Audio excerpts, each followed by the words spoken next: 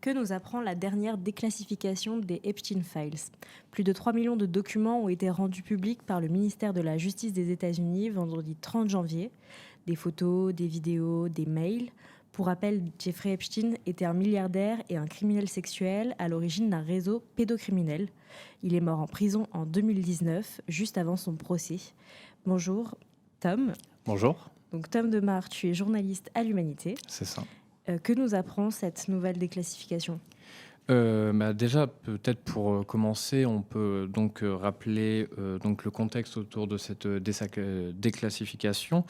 Donc, pour dire, rappeler qu'il y a déjà eu des déclassifications ces derniers mois de preuves, que ce soit des vidéos, des échanges de mails, de messages, des photos, qui provenaient déjà des dossiers dits Epstein. Des divulgations partielles qui avaient permis d'alimenter, déjà, et on y reviendra sûrement, moult de théories du complot, mais aussi, on va dire, un mécontentement dans la base trumpiste, la base MAGA, que ça soit au sein des élus républicains qui avaient soutenu la candidature de Trump, justement en partie aussi sur cette divulgation de la totalité des preuves. Trump qui lui-même disait et qui continue à dire aussi aujourd'hui, on y reviendra, qu'il est totalement innocent, que toute cette affaire est aussi là pour essayer de le faire tomber politiquement. Donc là, cette nouvelle vague de révélations donc, qui est gigantesque avec l'équivalent environ de 3 millions de pages, j'ai noté 2000 vidéos, 180 000 photos environ. Et donc, parmi ces documents, donc, encore une fois, des échanges de mails, des échanges de messages, des lettres, etc. Donc, il y a un travail dantesque en termes de quantité. Ce travail-là, ces divulgations sont basées sur les premières enquêtes, donc 2008, où Jeffrey Epstein avait été déjà condamné, 2019 et aussi 2021 avec le procès, la condamnation de sa comparse Ghislaine Maxwell, qui a joué un rôle très important dans tout cela. Donc là, donc ces révélations... C'était quoi le rôle de Ghislaine Maxwell? Ghislaine Maxwell, qui a entretenu une très longue relation, qui a été très proche donc de Jeffrey Epstein au cours de toutes ces années où il a pratiqué ces crimes c'est là qu'il a aussi affiné donc son réseau amical, politique, financier. Donc elle était aussi là pour justement pour entretenir ce réseau avec certains contacts, pour un côté relationnel. Elle était aussi très proche donc, de Epstein, je veux dire au quotidien en termes humains, ce qui fait qu'elle était vraiment au courant de toutes ces pratiques et elle a participé activement justement à entretenir tout cela et donc a été condamnée justement pour son rôle prédominant dans les sévices qu'ont subis donc des enfants, des femmes, des hommes au cours de ces dernières décennies. Et donc, dans les noms qu'on retrouve dans ces fichiers, il y a Donald Trump, par exemple, aux États-Unis. Oui, c'est ça, tout à fait. Le rôle qu'aurait joué Donald Trump, parce que aussi préciser que malgré toute cette divulgation et toute cette quantité astronomique de documents, cette quantité justement fait que le rôle précis de telle ou telle personnalité qui apparaît justement dans ces dossiers reste encore à déterminer. C'est un travail de très longue haleine qui est mené en ce moment même par des médias qui commencent à sortir des premiers articles, qui essayent justement de faire le tri dans toutes les informations. Comme dit un peu plus tôt, toute cette affaire a aussi un puissant fond pour toutes les théories du complot, pour des théories notamment antisémites, ce qui fait que la moindre citation d'un nom, même que ce soit de manière indirecte, dans cette affaire, fait que de nombreuses théories sur le rôle ou non de telle ou telle personne est à questionner, en tout cas pour le moment, jusqu'à ce qu'il y ait des preuves concrètes en fonction des cas qui apparaissent. Pour le cas de Donald Trump, qui est emblématique justement de cette affaire, car déjà de sa position, à savoir président des États-Unis, à savoir que son amitié de longue date avec Jeffrey Epstein était connue déjà à l'époque où celle-ci était toujours active. Après, ils se sont séparés au cours des années 2000, argument que Trump a très régulièrement rappelé pour essayer de s'éloigner justement de cette affaire-là, en disant qu'il n'a jamais participé à toutes ces pratiques criminelles, que c'est, si on l'écoute, aussi en partie à cause du comportement de Jeffrey Epstein, qui s'est séparé de lui, qui l'a coupé l'amitié. Là encore aujourd'hui, donc comme tu l'as dit, son nom est apparu à de très nombreuses reprises, 38 000 mentions, c'est bien ça, 38 000 mentions dans ces nouveaux documents du nom de Trump. Donc, à savoir que là, pour ces 38 000 mentions, ce sont aussi des mentions indirectes, à savoir que on n'a pas de message directement envoyé par Trump ou vraiment de discussion directe de vive voix entre Trump et Epstein dans ces documents. Donc Trump est toujours présent parce que leur relation a été très longue, que Epstein a continué à entretenir des relations avec le cercle proche de Donald Trump. Donc on va dire que Mar-a-Lago, donc le fief floridien de Trump, là où il a notamment préparé tout son programme et toute sa tactique là, pour son second mandat, apparaît dans les dossiers. On verra aussi en discutant que des conseillers très proches de Donald Trump durant toute sa carrière politique et notamment ses 2 mandats ont entretenu des relations très proches avec Epstein. Et donc là, pour cette nouvelle divulgation, donc Trump a encore pris la parole, enfin en tout cas a réagi, et encore une fois a parlé on va dire d'un complot, a clamé son innocence et a affirmé que toutes ces révélations et toutes les accusations qui le visaient à propos de ce dossier était justement une tentative de le faire tomber, de le discréditer. Pour expliquer assez rapidement, il est accusé dans ces dossiers-là d'avoir agressé sexuellement une femme. À savoir que cette accusation n'est pas portée directement par Epstein ni par Trump, qui l'aurait avoué dans un message, mais par une personne dont le message est cité, enfin en tout cas textuellement, et qui est anonyme, qu'il est précisé que cette information n'a pas été vérifiée par exemple totalement par le FBI, en tout cas c'est ce qui en retourne, et donc ce cas-là est très emblématique, à savoir qu'il y a une accusation qui est apparue, son nom est apparu des centaines de fois, on sait qu'il y a une proximité, mais on n'a pas encore la preuve précise et tangible qui démontrerait que Donald Trump a joué un rôle très actif ces dernières années, aurait menti justement sur la fin de son relation avec Epstein. Et donc on reste toujours dans ce flou qui lui permet à lui aussi justement de réussir à s'en sortir et d'éviter la moindre secousse pour le moment, même si, comme on l'a dit au début, sa base électorale comme partisane au niveau des élus républicains a commencé à prendre de la distance avec Trump et sa stratégie ces derniers mois, ces dernières semaines. Et donc, il serait très peu étonnant que la pression s'accentue encore dans les prochains jours, prochaines semaines avec ces nouvelles divulgations. Autour de lui, quelles personnalités sont mentionnées ? Le nom qui revient de façon récurrente, qui était déjà apparu dans les précédentes publications de documents, c'est Steve Bannon. Donc Steve Bannon, qui a été le tacticien, un des maîtres à penser de la sphère MAGA, notamment avant la première élection de Donald Trump.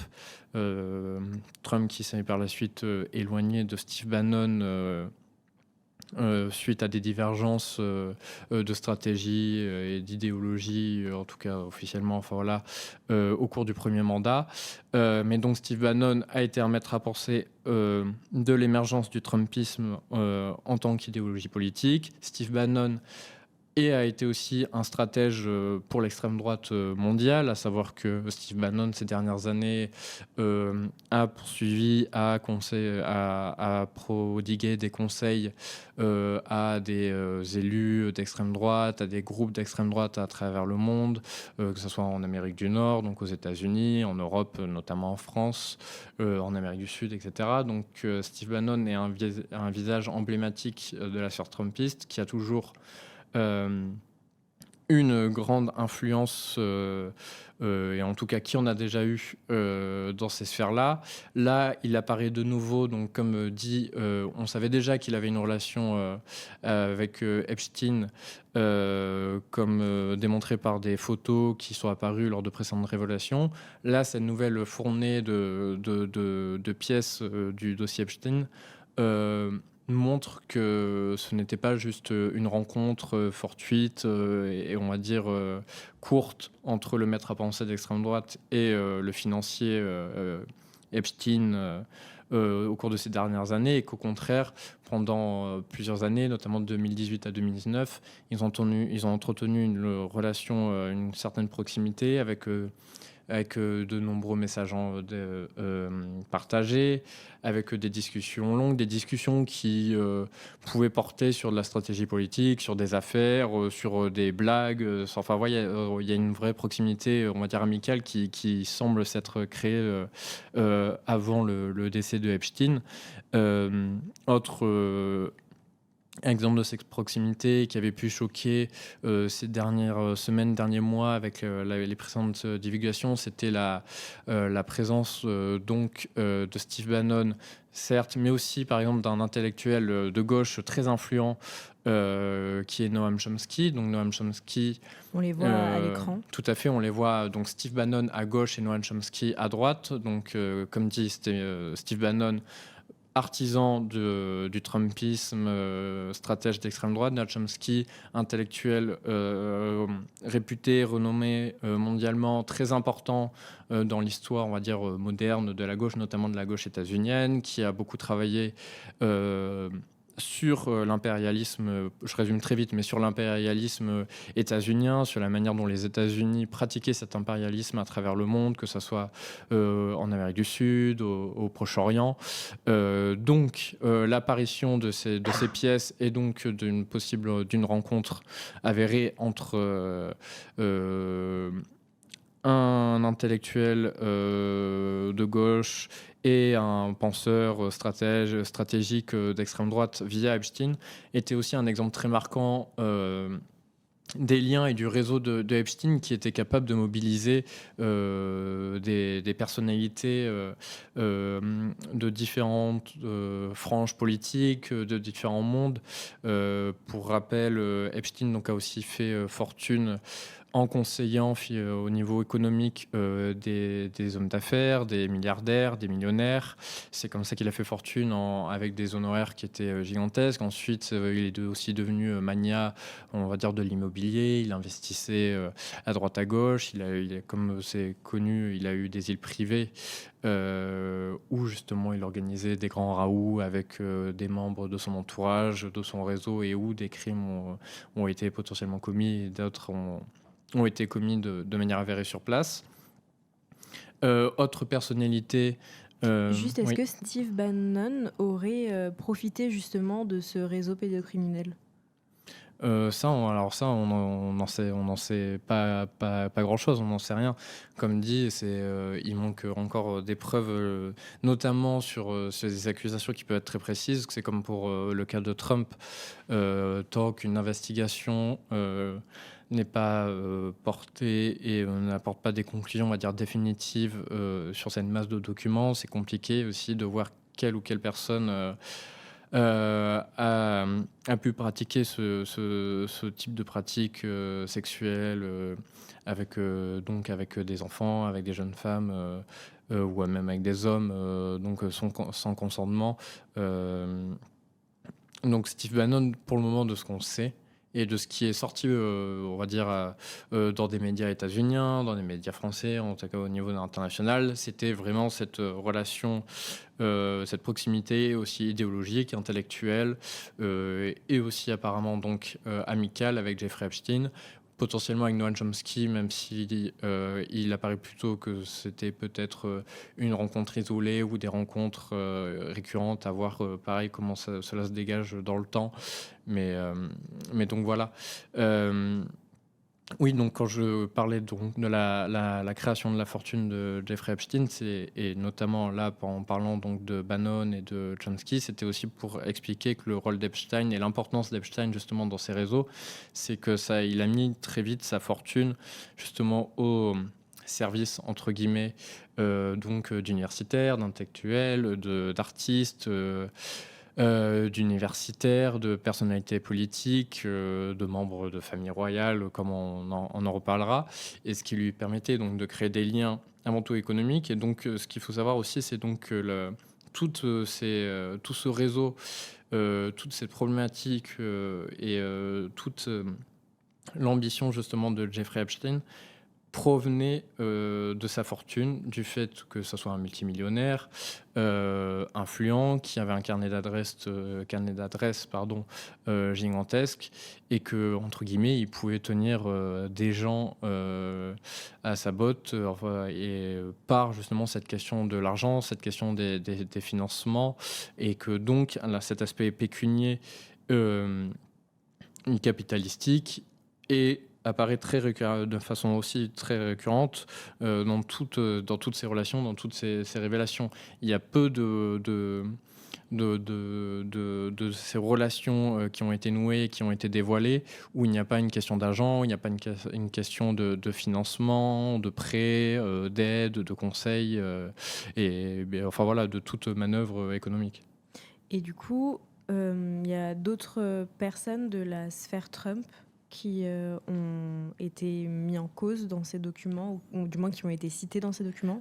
Un autre exemple qui est là, apparu ces derniers jours de façon évidente, c'est le cas de Elon Musk. Donc Elon Musk, multimilliardaire, en passe, selon les projections, de devenir potentiellement l'homme le plus riche, on va dire, de l'histoire moderne, pour résumer de manière simple. Donc qui a un rôle industriel et politique très actif, que ce soit par son rôle au sein de l'administration Trump, là, au début du second mandat, ou alors au niveau commercial, industriel, avec ses multiples entreprises, SpaceX, etc.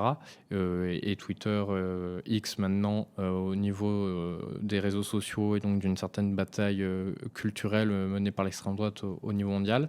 Donc là, ce qui est sorti sur Elon Musk, c'est qu'il aurait été en contact notamment avec les cercles proches d'Epstein, et donc avec Epstein, pendant quelques années, qu'il aurait notamment été question de se rendre sur l'une des îles privées d'Epstein, dans le cadre donc, de soirées.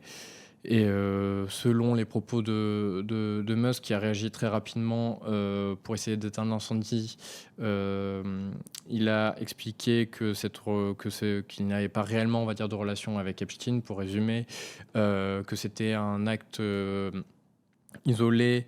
Il remet en question le fait d'être allé sur l'île.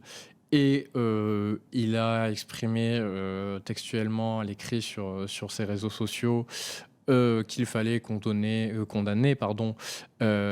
toute personne ayant commis des actes répréhensibles, des crimes, dans le cadre justement de ces affaires Epstein. Donc il a vraiment essayé de créer une grande distance, de prendre une grande distance avec toute cette affaire, pour essayer de se dédouaner complètement, alors que son nom apparaissait. Mais là, encore une fois, son nom est réellement apparu dans quelques cas, mais encore mais pas de manière assez précise pour déterminer son rôle précis, s'il dit la vérité, s'il a menti. Donc c'est aussi une question qui va sûrement se dénouer dans les prochaines semaines, prochains mois, en fonction des révélations qui vont être faites, des enquêtes qui vont être faites sur toute cette documentation. Il y a aussi le ministre du Commerce des États-Unis, Howard Lutnick, qui est mis en cause. Oui, c'est ça. Donc, Howard Lutnick est un conseiller proche de Donald Trump, qui peut être surnommé Monsieur. Enfin, monsieur taxe douanière, enfin voilà, en fonction de comment on le traduit. Mais donc, il a été un conseiller proche de Donald Trump, notamment sur sa stratégie au niveau des taxes et toute cette question des douanes là, qui alimente aussi la politique étrangère et internationale de Donald Trump sur ces derniers mois, sur ce second mandat. Euh, donc, encore une fois, un autre exemple de personnalité qui était proche qui est toujours proche de Donald Trump, qui est dans son cercle très proche et qui a eu une relation, en tout cas des échanges réguliers avec Epstein. Toujours aux États-Unis, il y a aussi le patron des JO de Los Angeles 2028, Casey Wasserman, qui a été cité dans ses files, dans ses C'est dossiers. ça, donc Casey Wasserman, qui est le président du comité d'organisation des Jeux Olympiques de Los Angeles, donc les prochains Jeux Olympiques qui sont prévus en 2028, donc très bientôt, et qui a donc un rôle politique très important actuellement.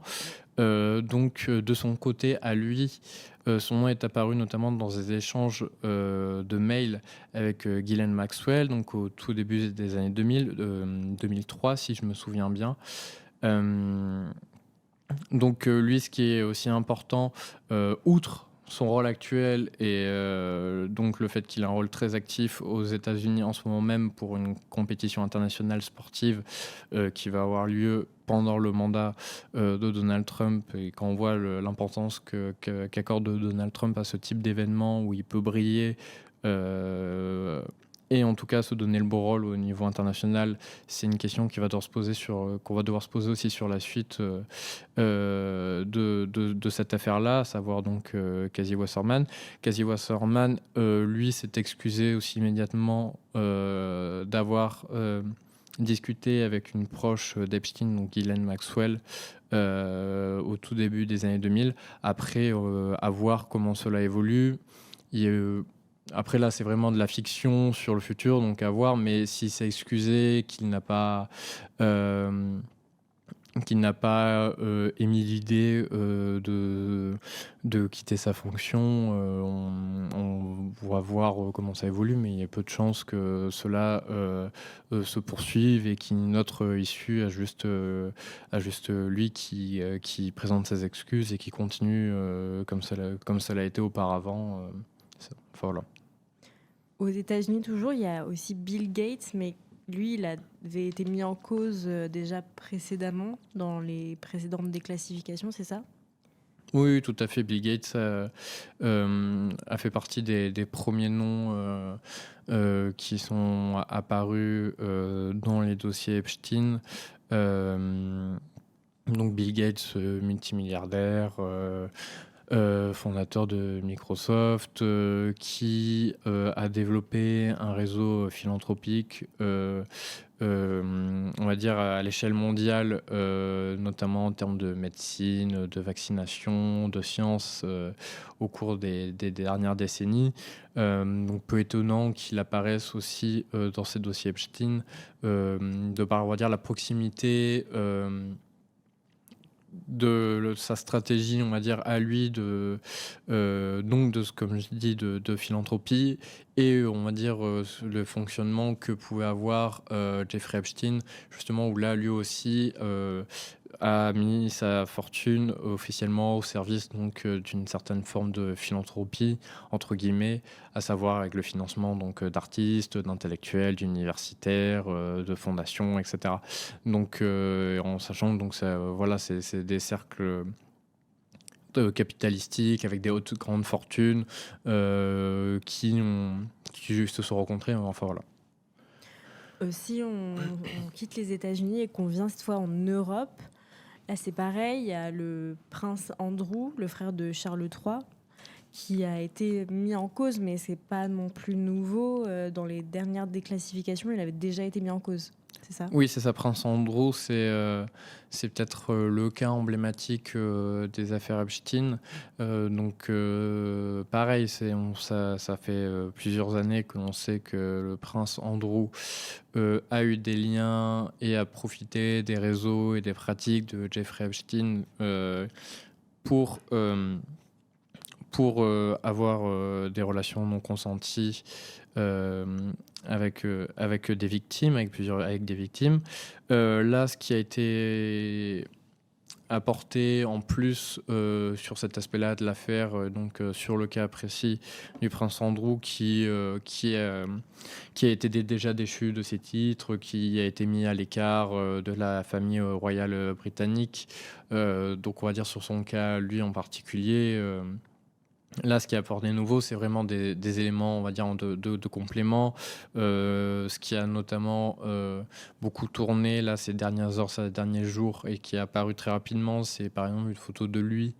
En tout cas, c'est son visage. En tout cas, on présume que c'est lui, mais la proximité physique, laisse peu de doute. Du prince Andrew qui est à quatre pattes sur une femme, dont le visage, a été anonymisé. Euh, mais qui symbolise, on va dire, tout ce sentiment d'impunité qu'a pu avoir le prince Andrew, euh, via sa relation avec Jeffrey Epstein, et donner une idée des types de pratiques qu'il a pu entretenir, pendant ces plusieurs années où il était en relation avec le financier états-unien et avec, Ghislaine Maxwell. Il y a aussi la princesse de Norvège qui est mise en cause, en tout cas qui aurait entretenu une relation avec Jeffrey Epstein. Oui, c'est ça. Donc la princesse, Mette-Marit, j'espère que je le prononce pas trop mal. Donc princesse, censée être la prochaine, reine de Norvège. Donc encore une fois, une personnalité dont le rôle, politique, ou du moins symbolique est très important et pourrait prendre en importance, dans les prochaines années. Donc, dans le cadre, de la princesse, Mette-Marit, euh, elle aurait entretenu donc une relation, entre 2011 et 2014, ou avec Jeffrey Epstein, encore une fois une relation, avec une proximité qui semble amicale, avec des échanges de messages, des questions, des échanges de questions-réponses, sur la vie quotidienne, des échanges de blagues. Son nom à elle serait apparu au moins un millier de fois. Donc, en tout cas, dans les premiers rapports qui ont pu sortir, au sein de titres de presse, norvégiens. Euh, Ce qu'on sait, c'est que elle aussi s'est excusée et a affirmé n'avoir pas pris, on va dire, l'ampleur, des accusations qui étaient portées contre Jeffrey Epstein et, sur l'ampleur des pratiques de Jeffrey Epstein et de ses proches.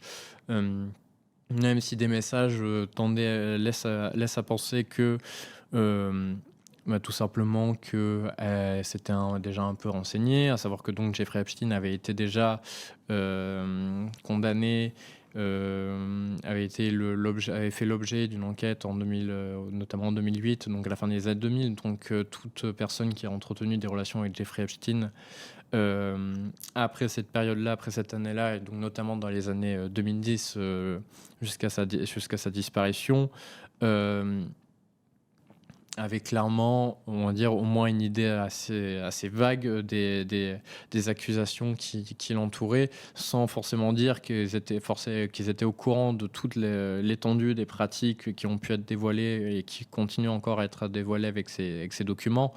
Mais, l'excuse de je n'étais pas forcément au courant, je le voyais pas comme ça, je le voyais pas comme ça, je pensais pas qu'il était ce type de personne.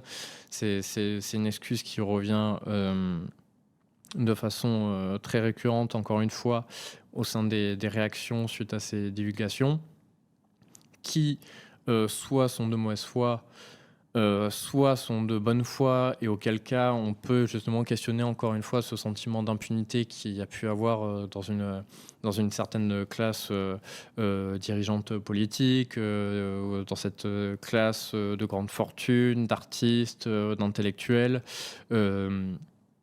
qui n'ont même pas pris la peine de forcément se renseigner ou alors d'écouter des proches qui ont pu émettre des méfiances face à Jeffrey Epstein, qui ont juste fait confiance à à leur réseautage, à leur, on va dire, leur réflexe de classe aussi, à leur réseau, et qui du coup se sont retrouvés justement dans ces dossiers Epstein, sans forcément avoir participé à toutes les exactions qu'a pu commettre le financier. Ensuite, en Slovaquie, cette déclassification a un impact sur la vie politique du pays. Oui, en Slovaquie, là, c'est l'un des cas où, on va dire, il y a une conséquence qui est apparue très rapidement et de manière concrète. Donc Miroslav Lajčák, encore une fois, je le prononce sûrement mal son nom, mais qui est une personnalité politique donc, de la Slovaquie qui a un rôle important depuis plusieurs années au sein du pouvoir slovaque. Il a été notamment ministre des Affaires étrangères à 2 reprises. Il reste un conseiller proche du pouvoir slovaque. Il a remis sa démission donc, au président en réaction justement à l'apparition de messages qu'il a pu échanger avec Jeffrey Epstein. Des messages où le financier états-unien, enfin Jeffrey Epstein, aurait promis des femmes, donc selon ces termes, à Miroslav Lajčák, pardon. Donc lui, il a immédiatement remis sa démission qui a été acceptée. Et donc oui, comme tu l'as dit, c'est l'un des cas, en tout cas aujourd'hui, donc au 2 février, l'un des cas politiques et l'une des réactions, on va dire, les plus conséquentes de ces dernières révélations en date sur le dossier Epstein. Et en France aussi, il y a un homme politique qui est mis en cause. C'est Jack Lang. Oui, donc Jack Lang, donc figure importante de la Ve République, qui a été une figure importante et ministre sous François Mitterrand. Donc, on le voit à l'écran. Oui, c'est ça, on le voit à l'écran. Et à droite, c'est Jeffrey Epstein. C'est ça, donc là, devant la pyramide du Louvre. Donc Jack Lang était déjà apparu dans les dossiers Epstein précédemment, donc on savait qu'ils se connaissaient, qu'ils avaient discuté, échangé, qu'ils s'étaient rencontrés, comme le montre la photo qui est affichée.